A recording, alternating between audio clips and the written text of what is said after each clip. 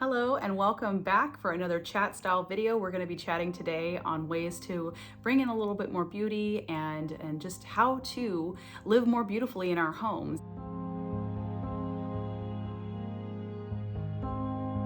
This is another requested video and it's a topic that I absolutely love discussing. I am all about creating an environment in my home, and some of these things that we're going to go over I show in my videos, and some of them might be new to you. If you're new to homemaking or you're just trying to create an environment that you love and love being in, I hope this video helps with that because I think it is so important. I have my coffee right now. We're gonna just have a casual chat and I'm gonna give you some tips for living more beautifully in your home. Before I dive into some of these tips that I have for you today, I want to sort of give you a little bit of a background as to why I am so passionate about this topic.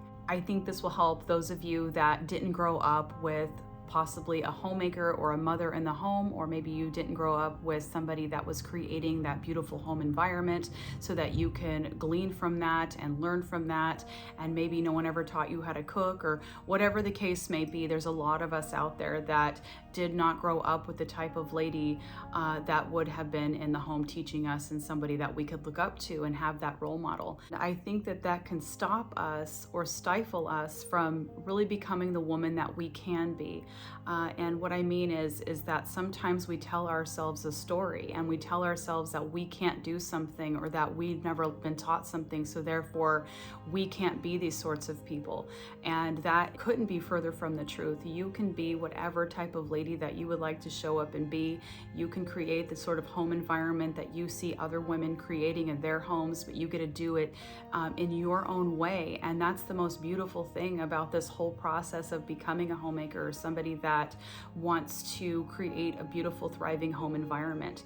You get to make it your own, and you get to learn as you go. And it's okay if you start from nowhere and you don't know the first thing about homemaking. I grew up, my parents were divorced when I was very young. It was better for both of them. They were not two people that should have ever been together. We had two different homes that we grew up in. One home environment was family orientated, and it was some of the best parts of my childhood.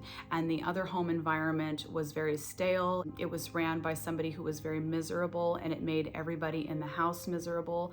And so I had these two different dynamics going on. One home I could be happy in and feel joy, and the other one was basically a house. It was not a home, and there was nobody there creating the sort of things that I now do in my own home. There was nobody behind that cared enough to just make things happy and joyful. Thankfully, I was able to grow past that and understand that that was more situational. It had nothing to do with us kids or any of that sort of thing. It's just that was that person's problem with themselves. And so that unfortunately affected all of us. I grew up with this idea that being a homemaker was misery. It was completely not what I tell you on this channel. It was absolutely the opposite in my mind at that time. It took me until I was in my late teens. I remember going, and I shared this story in one of my ebooks, so if you've read that, you already know what I'm going to talk about, but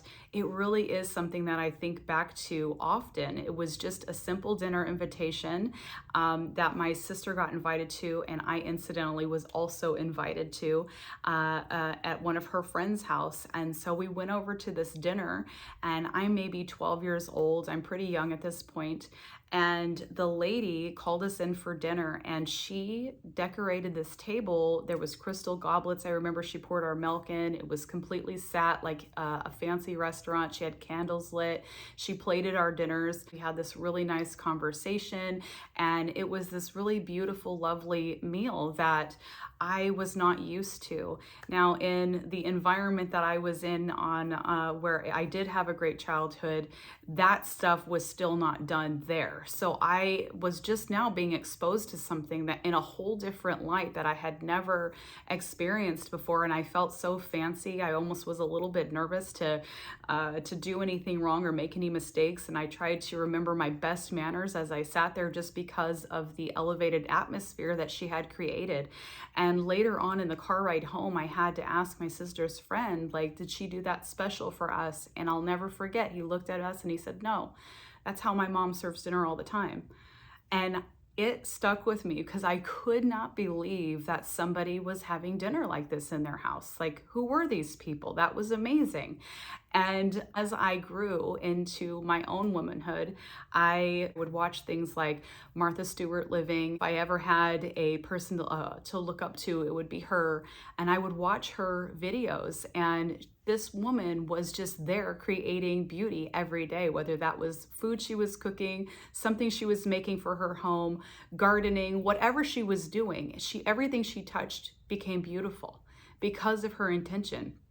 I share this because many people have assumed that I have been raised by this incredible homemaker, and that was not the case for me. And so let this be a lesson for you. If you don't have that in your life, or you did not have that in your life, that does not need to stop you from being that lady yourself. We're going to kind of focus on 3 areas because this is such a big topic for me that I can go on forever about it. Let's start with one of the biggest areas first, and that is food. I think that when we stock our kitchens with fresh, readily available ingredients that are healthy, nutritious, when we cook in our homes, when we make the majority of our meals, I think that is a form of self-care. And it is another way to live more beautifully at home. A lot of times we'll eat at home, but we're eating things like frozen or instant food or canned food. And I think there's such an easy way to elevate this experience, and that is through cooking. If you're not a very good cook at the moment, or perhaps you don't like cooking in general, there are ways to enhance that experience. Playing good music, lighting a candle, creating an atmosphere around it, finding things that you really enjoy eating in cookbooks, perhaps cooking your way through a simple cookbook so that you can learn new techniques and look at it as a learning experience instead of a daunting task every single day. Something I find is that when people say often that they don't like to cook, it's because they don't cook very well. And of course, it's hard to enjoy anything when we don't know what we're doing. If you don't know how to cook right now, or you're learning how to cook, in time you will learn new tips or new tricks that you can apply to cooking. And what's going to happen is you will start to enjoy it more and more as you gain that skill set. A couple weeks back, I shared 5 of my favorite cookbooks currently, and I'll leave a link for the video in the description box below if you'd like to check those out. Once the meal is cooked, it's important to also serve it well. I think one of the most overlooked and best ways to enhance the home experience is by setting the table, by using real plates, by even using cloth napkins if you can, or a pretty cup when you have something to drink. Just making sure that the table looks nice that you're sitting at. It doesn't have to be formal, but just having a set table in general will change the atmosphere around that meal. Just lighting a candle or playing soft music while you're having dinner, even if you don't set the table, will change the environment around the meal. Another thing we like to do is we have talking points that my daughter wrote down and put in a basket for us, and every once in a while she'll bring it to the table, and it's a great way to start a conversation if you don't have a lot to talk about. And enjoying a nice meal together and having a good conversation, I think, is a wonderful way to live beautifully at home. The next thing is our environment. This is the next big thing to consider when we're wanting to live more beautifully at home, because our environment is everything. Being mindful of what's on television is a huge one. Being mindful of the type of music, what kind of lyrics are being played in your home. These are all things that can negatively impact our home or positively impact our home, depending what's on TV or what's on our playlist being sung. And I have found, and I know that there's 2 ways of thinking for this. Some people want to know the world's information and they'd like to have the news on. for me, I am of the idea that this is just added negativity to my life that gives me anxiety. It does not put me in a good mood. It puts me in a mood of worry and fearful states. And that to me is just a recipe for a bad time, a bad life even. If you're watching that every single day, I highly recommend that you switch it to something else or just don't turn it on at all.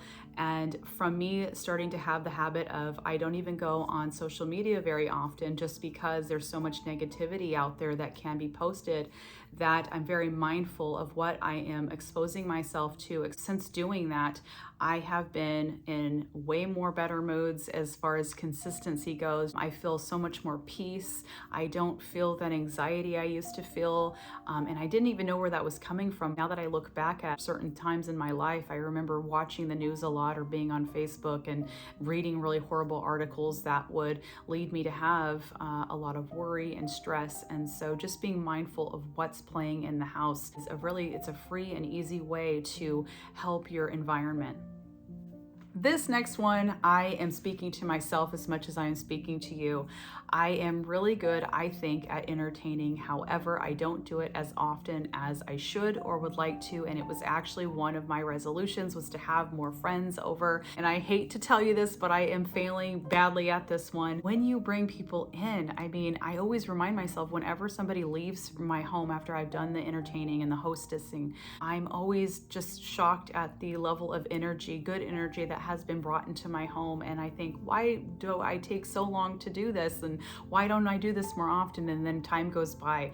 But if you could bring people in, it doesn't have to be for a fancy dinner. It doesn't have to be for even a meal. It could be just coffee time or a poker night with your friends. We like to do backyard movies in the spring and summer with some of the kids will come over. This is back on my radar. I am trying to come up with sort of a girls' lunch or a dinner here. I might end up sharing that with you later on just to give you some ideas on what I'm serving and how I go about hosting. I love to host and I love to make people feel special when they come into my space. And I think that's all a part of living more beautifully, is to bring people in, good conversation, laughter, and sharing a meal with even more people. Keeping your home tidy and free of clutter also helps us have a less stressful environment. When you keep walking by cluttered areas, or if your home's a mess all the time, it can really make us uncomfortable in that area. It can stress us out. It can give us anxiety. It makes the home so much less enjoyable. If you can start and just decluttering the house little by little. Right now it's springtime. It's a great time to just sort of cleanse the house of these little areas, and keeping our house as clean as we can, decluttered as much as we can. That will also help your mood and your mental environment and just overall your enjoyment of being in your home. There are so many little touches that we can do to enhance our atmosphere or our environment. Having a nice playlist in the background, I've mentioned a few times, having good music in your home, but also a nice room scent. I like to make a stovetop potpourri because they're natural and they're very simple to make. I will link a blog post that has a bunch of different varieties if you've never made one before, but it gives you a nice whole room scent, and a nice scent is very welcoming. And the last area of living more beautifully at home is to incorporate some luxuries. And by luxuries, I don't mean anything expensive necessarily. I'm talking about just little things that you can bring in that give your home a little bit of that extra enjoyment. It's going a step further than just the basics. It's incorporating things that bring just a little bit of that luxurious feeling, that pampered feeling at home. And here's some things that I do is I really pay attention to our bedding. I want to get into a very soft and wonderful bed at the end of a day. So I have some really nice sheets on my bed, and my daughter also has really soft sheets and nice bedding on her bed. I also like to have nice billowy towels in our bathroom that are perfect for when you step out of the shower. I have mentioned this to some friends that I like to make my home feel like an Airbnb, or at least that's my goal. And I know that sounds so funny because it's always like, well, what does that even mean? But if you've ever gone to an Airbnb and the host has made sure that you have luscious towels and nice smelling soap, and they have wine out with wine glasses and a coffee bar or whatever it is that makes you more comfortable, I want to make my home have those things too, because I don't believe in living 365 days in a year and then only really having luxury or enjoyment for 7 days on a vacation. I want that feeling every day in my life. I want my life to be lived fully, and I want my home to feel that way every day. Something simple that I like to do is to light a candle before a shower or a bath even, and take my shower by candlelight. And it creates this very luxurious atmosphere as I'm doing something as ordinary as taking a shower. And stepping out of that shower again with a nice towel, paying attention to the details of all the things we do every single day, I think is what is going to enhance and bring beauty into your everyday life and help you enjoy your home more. It's paying attention to those little details. I hope that I've given you some tips on how to enjoy your home more, because I find it to be one of the best parts of homemaking is not just to do the basics of cooking and cleaning, but to go a little bit beyond that and enjoy the space that you are living in. So I hope you've enjoyed this chat with me today. I'd love to hear some of the ways that you bring beauty into your home every day.